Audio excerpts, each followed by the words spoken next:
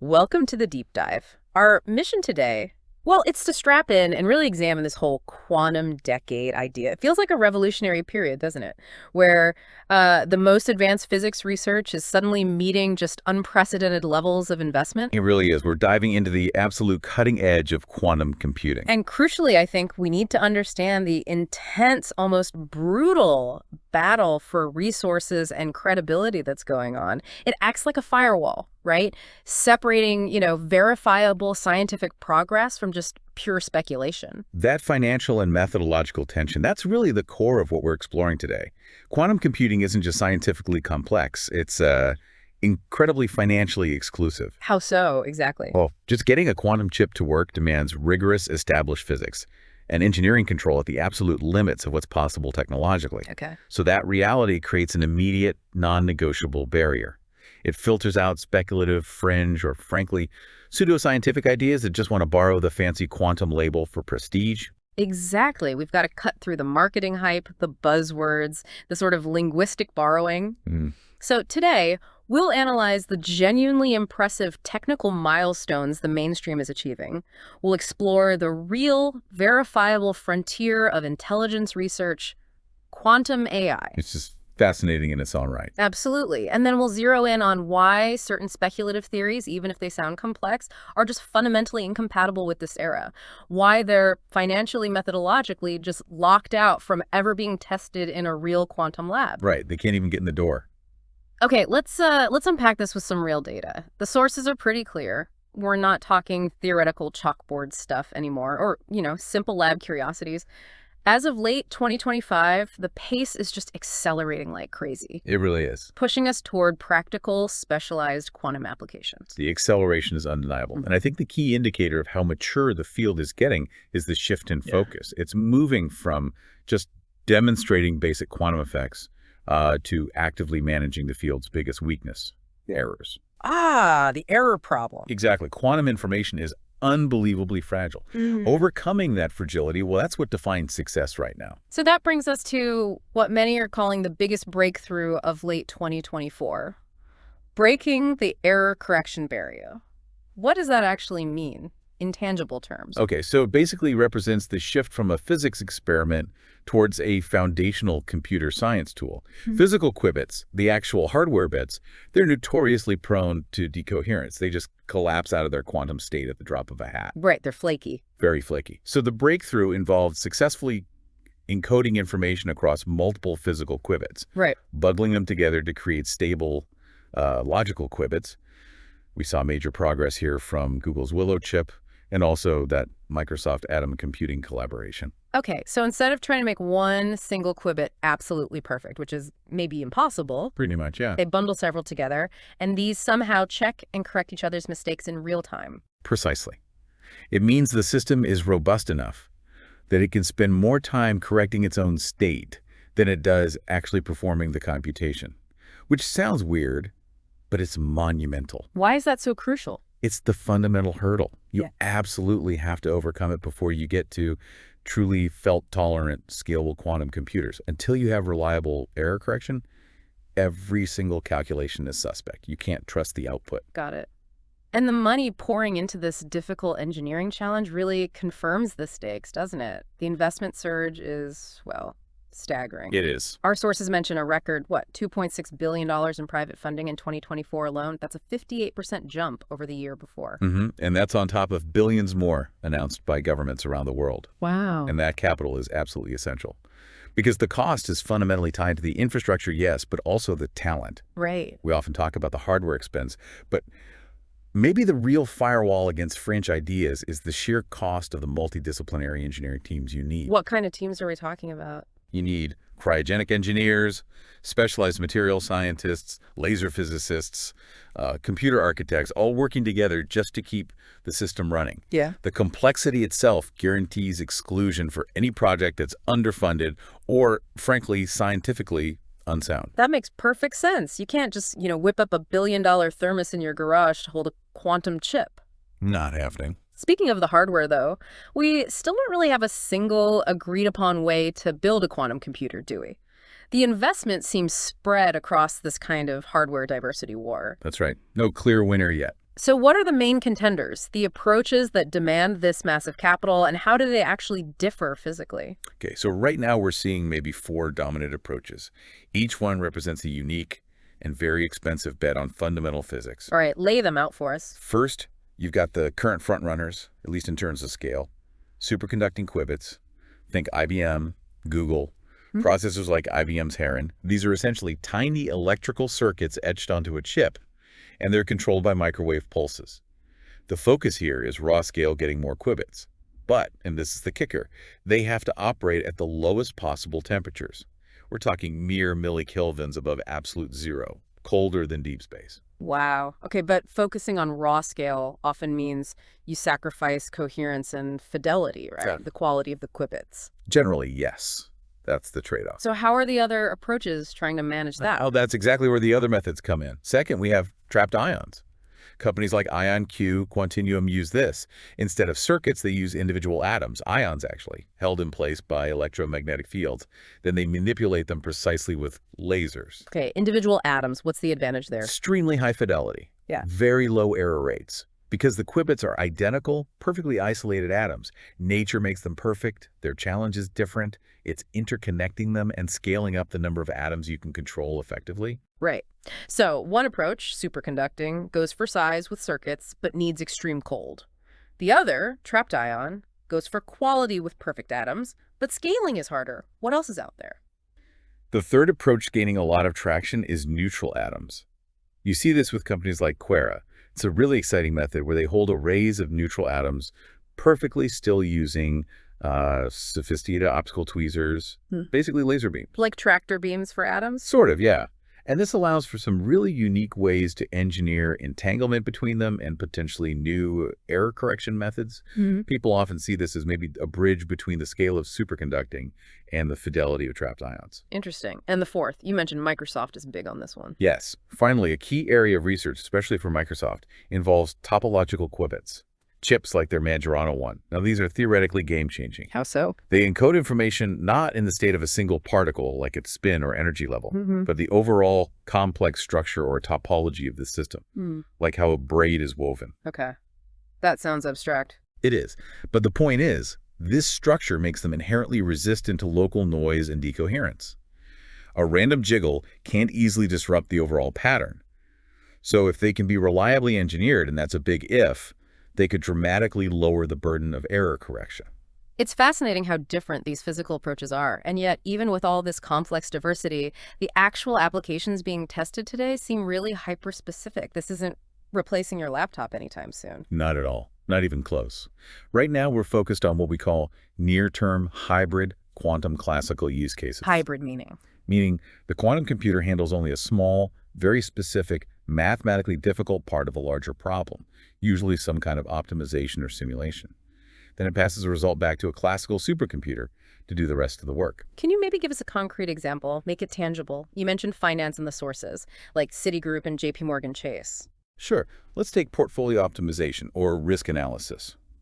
In finance, optimizing a large portfolio involves analyzing potentially millions, even billions of variables, correlations between assets, potential market scenarios. It's incredibly complex. Too much for regular computers. Classically, the number of possible solutions just explodes exponentially. It overwhelms even the biggest supercomputers pretty quickly. But quantum annealing or specific optimization algorithms, well, they can leverage superposition to explore that huge solution space much more efficiently. So they can find better answers faster. They can potentially zero in on a better distribution of risk or a more optimal asset allocation much faster.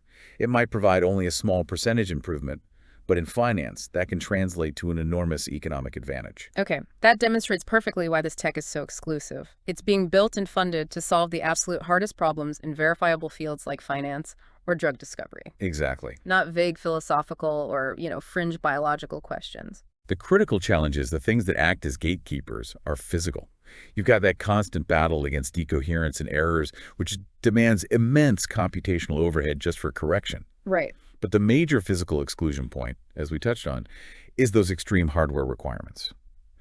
Just the need to operate most of these systems near absolute zero, colder than deep space, makes them utterly impossible to run outside specialized, massively funded, rigorously controlled labs.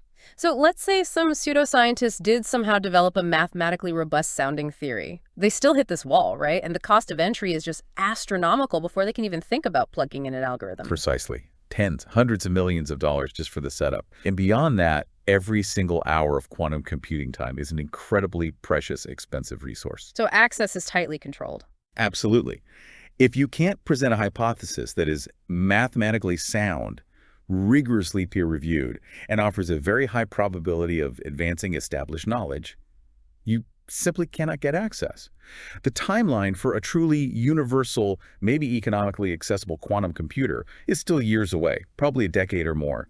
The financial imperative just forces rigor. Okay, so moving from the nuts and bolts of the hardware to the algorithmic frontier, let's turn to quantum AI. Now, when you hear phrases like quantum brain or quantum consciousness, the public imagination often runs wild, right, towards mystical interpretations. Oh, definitely. It's easy to get carried away. But the reality of what's called neuroquantum research seems far more grounded in, well, physics and mathematical simulation. It's really crucial to clarify this. The mainstream focus isn't about literally building a conscious quantum brain, not at all. It's about using established, well-understood quantum properties, superposition, entanglement to build more efficient AI models. More efficient how? By allowing them to process information differently. Or it's about using quantum computation to simulate biological neural networks with a fidelity, a level of detail that classical systems just can't achieve. Yeah. It's all about calculation, efficiency, and accurate modeling, not mysticism. Okay, so the most immediate and maybe most promising application seems to be in what are called quantum-enhanced artificial neural networks, or QNNs. How do these actually differ from the deep learning models we use every day on our phones or computers? Right, so QNNs essentially integrate quantum circuits into classical neural network architectures. The key advantage really lies in superposition. In a classical neural net, a bit is simple. It's either a 0 or a 1. On or off. Exactly. But in a QNN, a qubit can be 0 and 1 simultaneously and everything in between, represented by complex numbers called probability amplitudes. Okay, so it holds more information. In a sense, yes.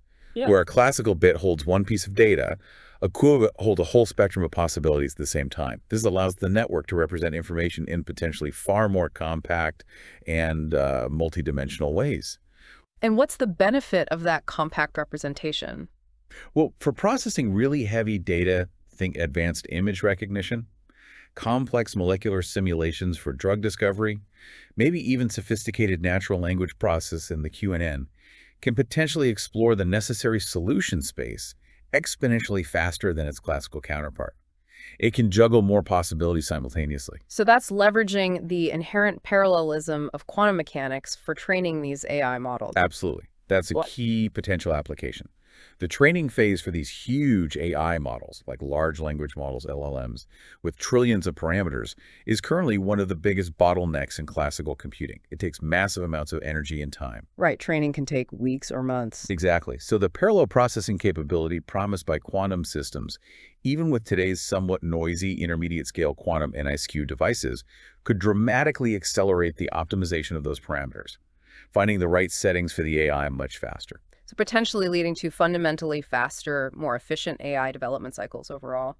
That's the hope. Faster training, potentially better models. But hang on a sec. If we go back to what we discussed in Section 1, you said quantum machines are currently only handling small, specific chunks in a hybrid setting. That's right. So how can a relatively small quantum chip drastically speed up the training of a gigantic trillion-parameter LLM? Isn't there a bit of a disconnect there? That's an excellent critical point. And you're right, the acceleration isn't typically across the entire model training process from start to finish.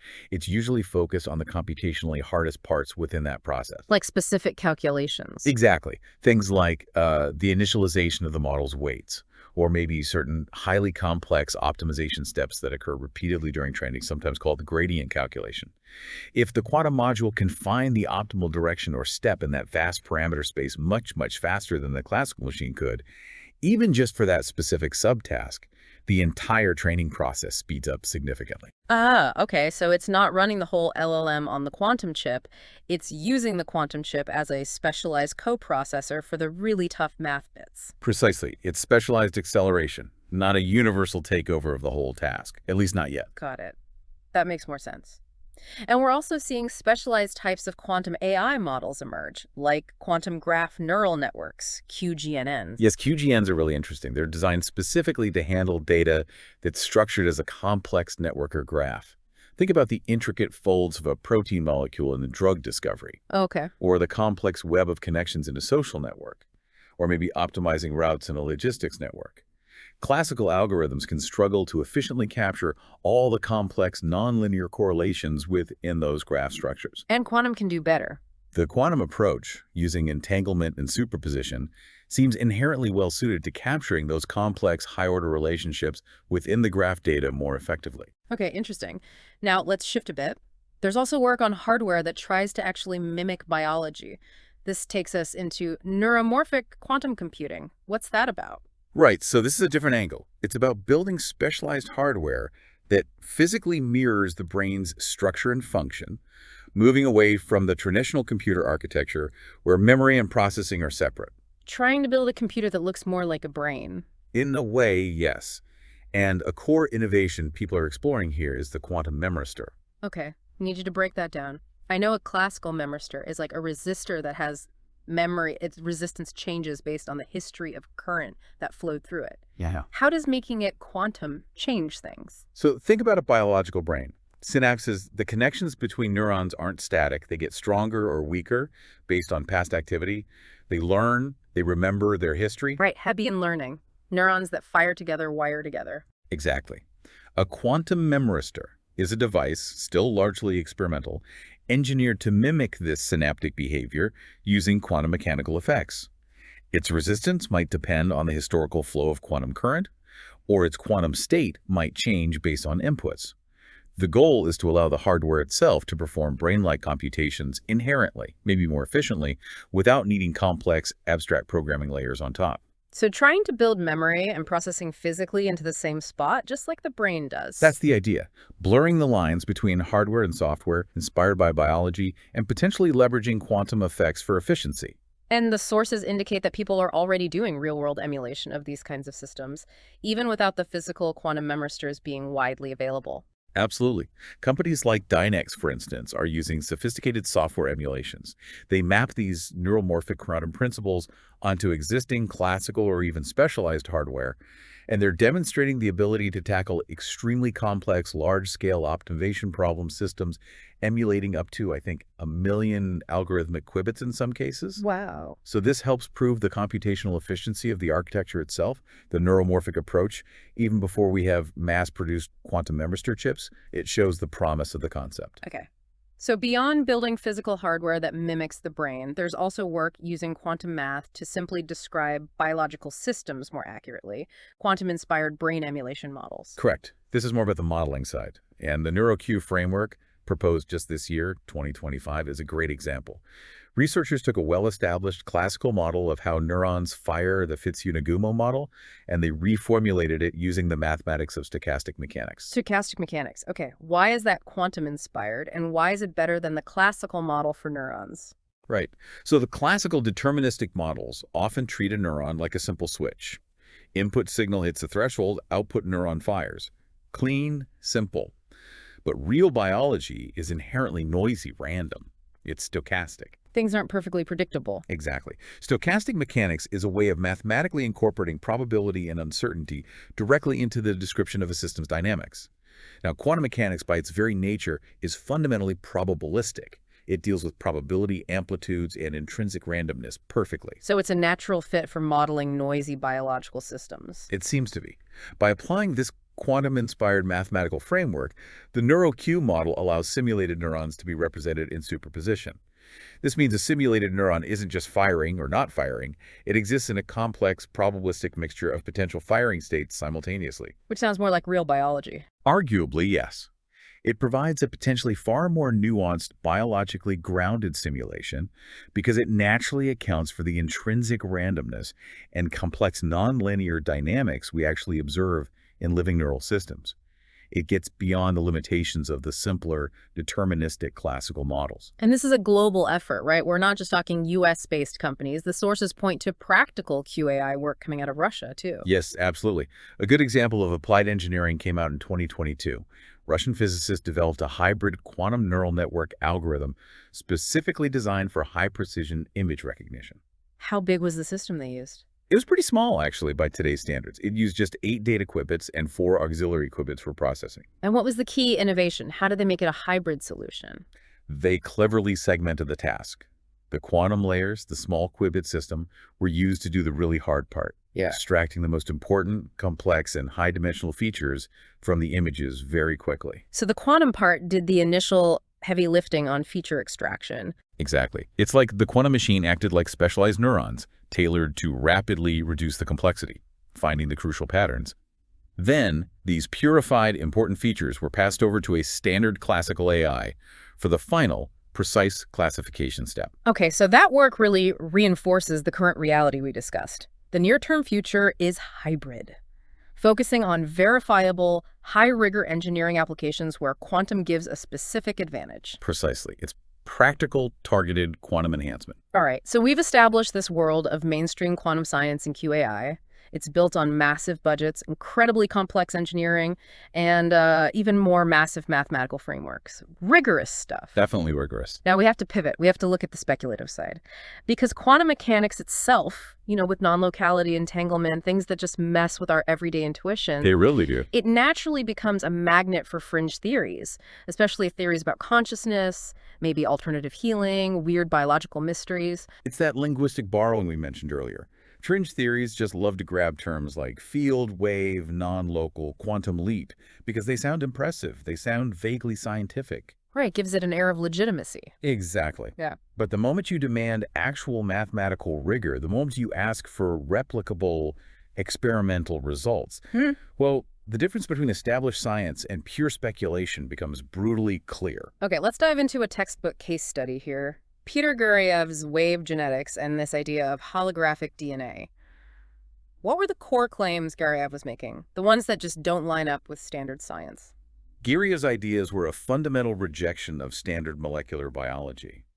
He claimed DNA wasn't primarily a chemical structure encoding proteins, but rather a source of informational electromagnetic waves. He suggested genetic information could somehow be transmitted and stored via non-material means like fields or waves. So genetics without the actual genes, almost. Sort of. He also asserted the DNA structure shared linguistic characteristics with human language. He called it linguistic DNA, implying genetic material could be influenced or even reprogrammed by spoken words or specific language structures. Okay, that sounds out there. And then there was the most notorious claim, the one that got a lot of public attention, the phantom DNA effect. Can you describe that alleged experiment? Right, the phantom DNA. Yeah. The setup allegedly involved placing a DNA sample in a specialized vacuum chamber, then illuminating it with a very weak laser beam and observing how the photons scattered off it. Standard enough technique. God. But Gureyev claimed that even after the physical DNA sample was removed from the chamber, an energetic ghost or afterimage of the DNA structure remained. And this phantom apparently continued to influence the scattering pattern of the laser photons in the chamber for hours, sometimes even days. Okay. That's a direct challenge to, well, pretty much fundamental principles of energy conservation, molecular stability, basic physics and chemistry. Cool. So why does the mainstream scientific community immediately and pretty much universally reject this, even though he uses sciencey sounding terms like wave and field? The rejection is really based on 3 core scientific principles, and they align perfectly with the standards required in the quantum decade we've been discussing. Okay, what's the first one? First, Gureyev's concepts just violently violate fundamental established principles of modern chemistry, physics, and molecular biology. Genetic expression is a chemical, structural process involving molecules like RNA and proteins. It's not primarily an energetic wave phenomenon in the way he described. There's no known mechanism for DNA to produce these informational waves or for a phantom to persist energetically like that. It breaks the known rules. What's number 2? Second, and this is absolutely critical in science, the total lack of replicable evidence. The phantom DNA effect, despite the claims, has never, not once, been successfully reproduced by independent scientific groups working under rigorous, controlled, blinded conditions. And if others can't replicate your results? It's not considered scientific evidence. Replication is the absolute bedrock of science. Without it, you just have anecdotes. Okay. And the third reason for rejection. This one seems particularly relevant to our quantum discussion. Yes, the third point is arguably the most damning from a theoretical standpoint: the complete absence of a required mathematical and theoretical framework. Garyev's use of terms like wave and field was purely metaphorical, descriptive. He didn't provide a self-consistent mathematical theory derived from first principles that could actually predict these effects. Unlike mainstream quantum mechanics, which is built on heavy math. Exactly. Mainstream quantum computing demands advanced, self-consistent mathematics, linear algebra, Hilbert spaces, axioms. You can't just assert a wave genome or a DNA phantom and then expect physicists to write a quantum circuit based on that assertion. The underlying framework is, scientifically speaking, gibberish. It doesn't connect to anything real or testable. All right, now let's look at another case, one that sometimes gets perceived as maybe a bit more rigorous because it did involve some heavy math. Walter Schemp's holographic neuron model. Schemp himself was a respected mathematician, right? He was, yes, a legitimate mathematician working in areas like harmonic analysis. So why is his work trying to link quantum holography to brain function still categorized as speculative or fringe by neuroscientists and physicists? Okay, so Schemp took a highly speculative theory from the neurophysiologist Karl Pribram. This idea that memory isn't stored in specific locations, but somehow holographically distributed throughout the brain. And he attempted to give it a rigorous mathematical underpinning. Using his advanced math skills. Yes, he used very sophisticated mathematical tools, harmonic analysis, signal processing concepts, stuff involving the nilpotent Lie group. So on the surface, it looked mathematically dense. He certainly had the complex math part down. But the application of that math to the brain lacked scientific accountability. The primary issue was that the theory, despite its mathematical clothing, lacked falsifiable predictions. explain that. What does falsifiable mean in this context? A core principle of science, championed by Karl Popper, is that a theory must be structured in a way that makes it possible, at least in principle, to prove it wrong. It needs to make specific, testable predictions about what you should observe if the theory is true, and crucially, what you should not observe. And Schemp's model didn't do that. No. It was descriptive. It could explain phenomena after the fact in its holographic language, but it failed to offer specific, empirically testable predictions that would clearly differentiate it from standard classical neuroscience or physics. If a theory can explain everything but predicts nothing unique that you can actually go out and test, it's scientifically sterile. It's not useful. Okay, so lack of falsifiability was one major issue. What was the other fatal flaw, the one that plagues pretty much any theory proposing large-scale quantum computation happening directly in the brain? Ah, yes. The inescapable physical environment problem. The warm and wet problem. Let's make this absolutely crystal clear for everyone listening. Please do. The whole basis of quantum computation, storing and manipulating quantum information, relies fundamentally on maintaining quantum coherence. That's the delicate state where a system of particles, like qubits, maintains a unified quantum wave function, allowing for superposition and entanglement. To achieve this, you need extreme isolation from the environment. Noise kills coherence. And the brain is not isolated. The brain is about the worst possible environment for quantum coherence you could imagine. It's a warm and wet system. It operates at roughly 37 degrees Celsius, or 98.6 Fahrenheit. It's full of liquid, ions, constantly vibrating molecules. Heat is energy, molecular motion. So it's noisy in there. Incredibly noisy at the quantum level. Any thermal vibration, any collision between molecules immediately interacts with any fragile quantum state and causes instantaneous decoherence. The quantum state collapses back into a definite classical state almost immediately. How fast are we talking? We're talking femtoseconds, quadrillionths of a second. The timescale for decoherence in a warm, wet environment like the brain is orders of magnitude faster than the time scale of neural processes, like firing a neuron, which happens over milliseconds. So if quantum processing were somehow necessary for thought, the required quantum coherence would be destroyed literally billions of times faster than a single thought could even form. Precisely. To maintain quantum coherence long enough to perform any meaningful complex computation relevant to neural processing, you'd essentially have to cool the brain down to near absolute zero, like the inside of those dilution refrigerators used for superconducting qubits.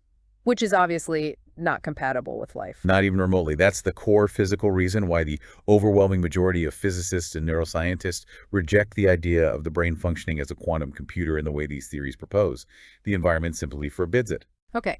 Stepping back then, the central conflict here seems really clear.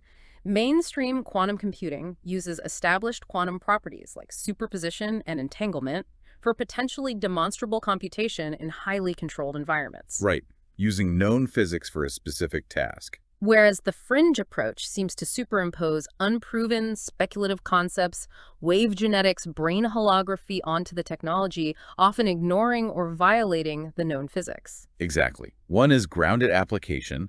The other is often wishful thinking wrapped in borrowed terminology. All right, this brings us back inevitably to the cost barrier.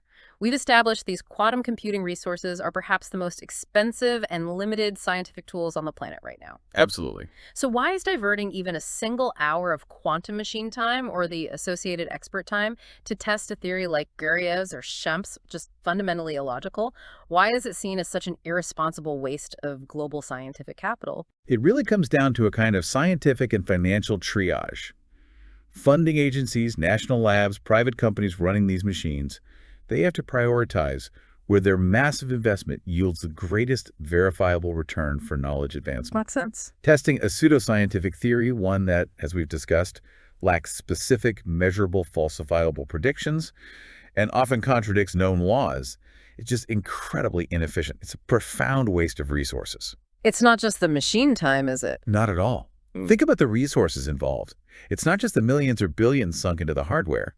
It's the dedicated time of dozens of highly specialized PhD-level engineers and physicists who could be using that same machine time, that same brain power, to make progress on, say, developing new battery materials or designing catalysts for carbon capture or simulating molecules for drug discovery. Real, potentially world-changing problems. It's exactly.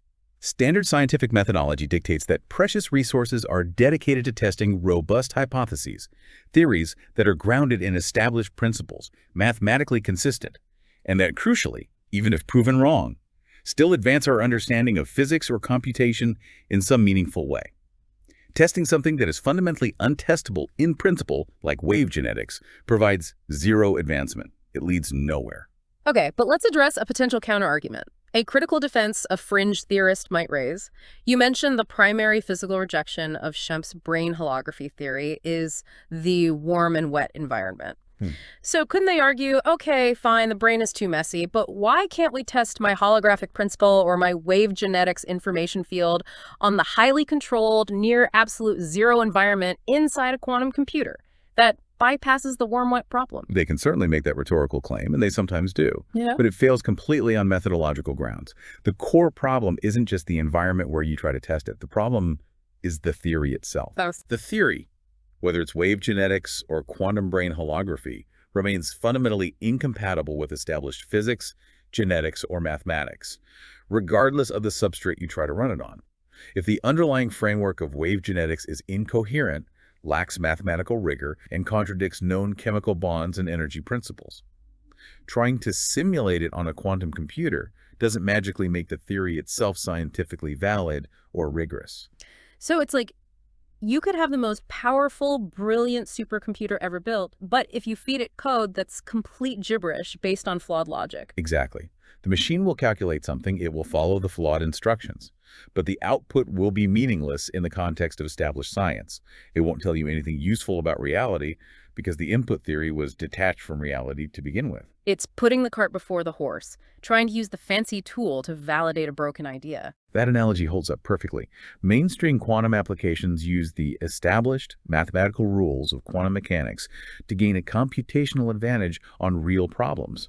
Fringe applications attempt to superimpose an unproven, often unprovable metaphor onto the technology. It's an opportunistic rhetorical maneuver, a way to borrow credibility, not a rigorous scientific application plan. Okay. To really hammer home the difference between a genuinely difficult, maybe currently unproven scientific hypothesis and actual pseudoscience, let's make a comparison. Let's compare the rigor of something like string theory to, say, Guerrière's ideas. Critics often accuse string theory of being unfalsifiable too, right? They do, and it's a fair criticism regarding its current practical testability.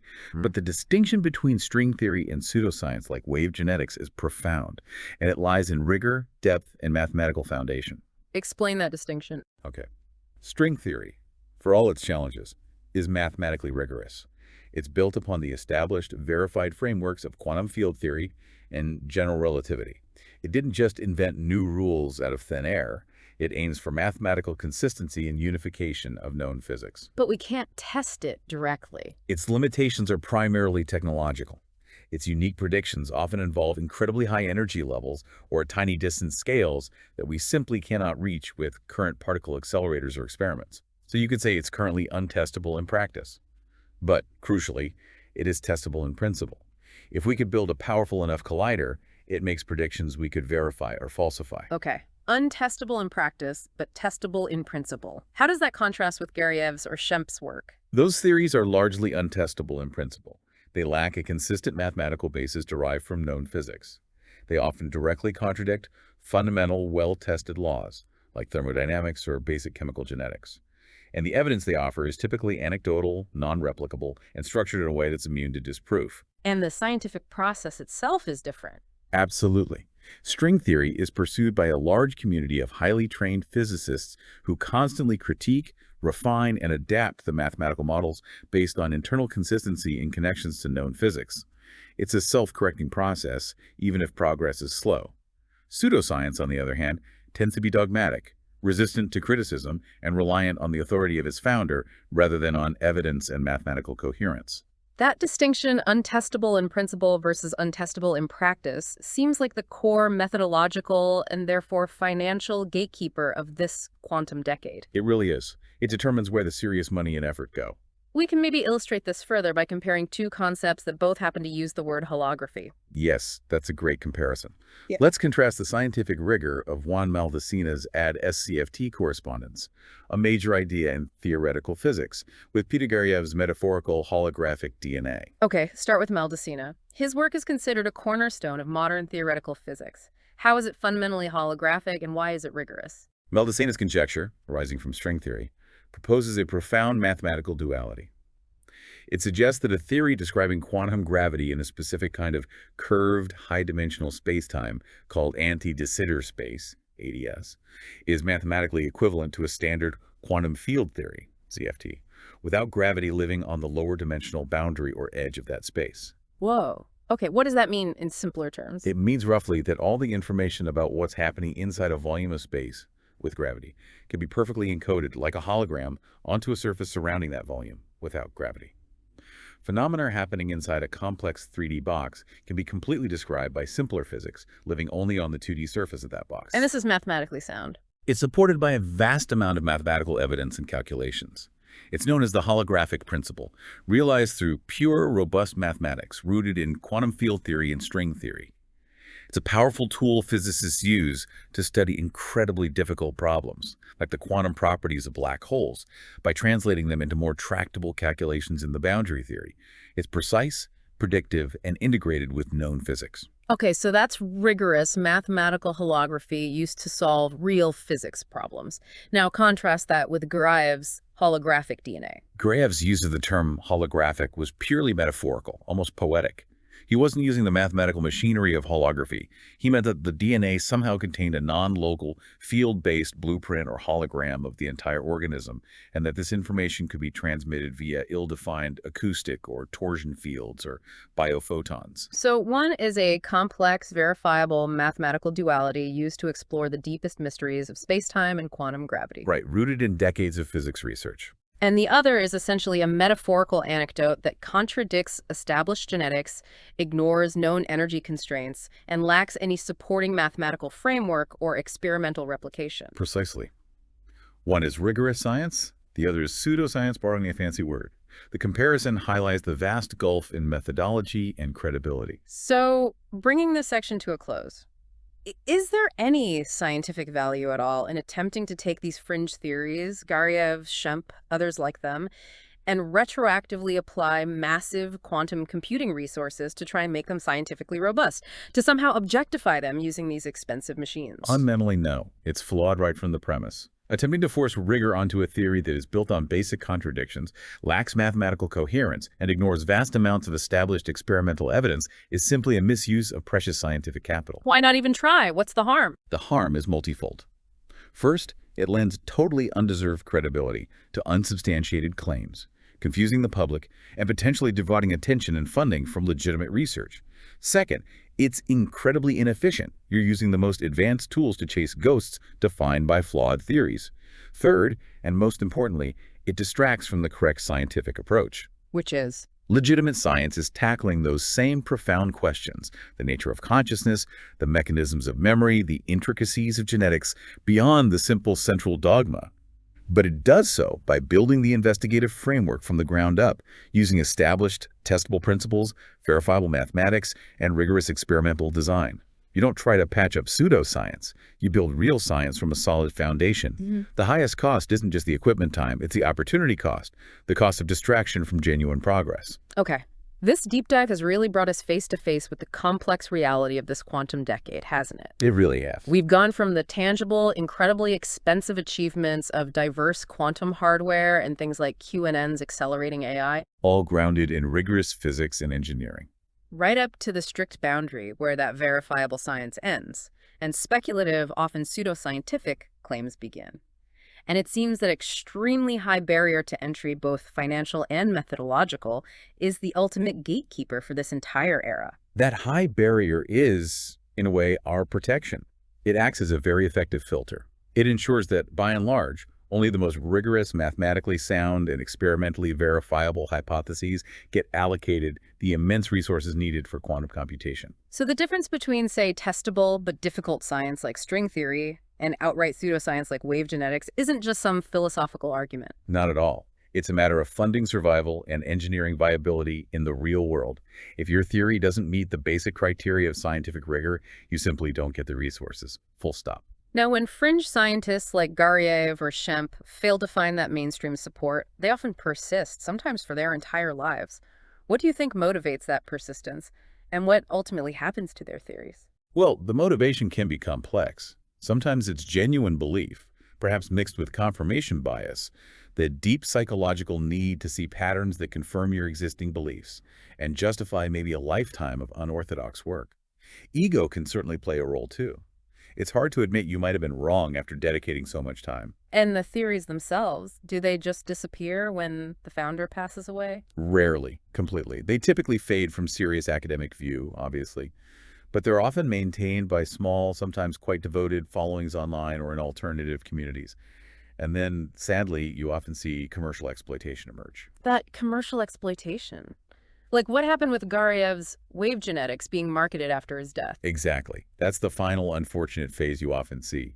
After Gariev died, companies like Metal started marketing devices or digital files based on his wave genetics matrices, claiming they could provide health benefits, harmonize the body, or even reprogram genetic information via sound or light. Preying on hope and confusion. Precisely. Exploiting the public's understandable confusion between the genuinely weird aspects of real quantum physics and the purely metaphorical, unsubstantiated claims of the fringe theory. It's a common, unfortunate pattern. Where verifiable scientific credibility ends, the market for questionable alternative treatments or pseudoscientific products often begins.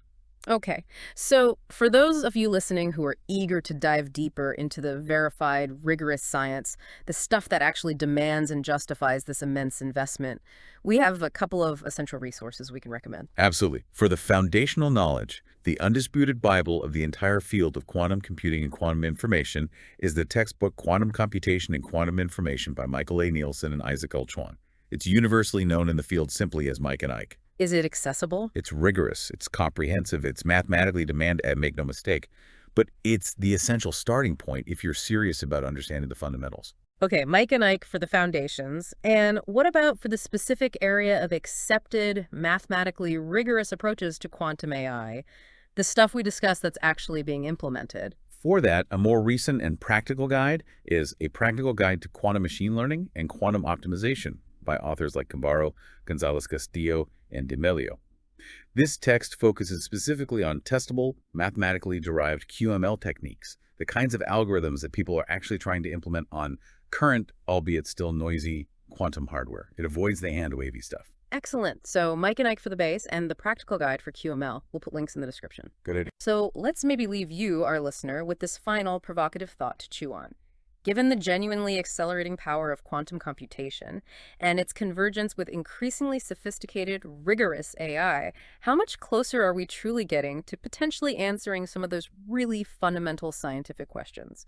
Questions about the deep nature of reality, maybe even consciousness, or the subtle complexities of genetic memory, the very questions that fringe theories often attempt to short-circuit with metaphors and easy answers. And perhaps the follow-up question is, will the inevitably complex, rigorous, and probably difficult to understand scientific truth ever fully satisfy that deep human need or desire for the kind of simple, elegant, often comforting narratives offered by pseudoscience? Something to definitely ponder as the financial and scientific stakes in this quantum decade just continue to rise. Thanks for joining us for the deep dive.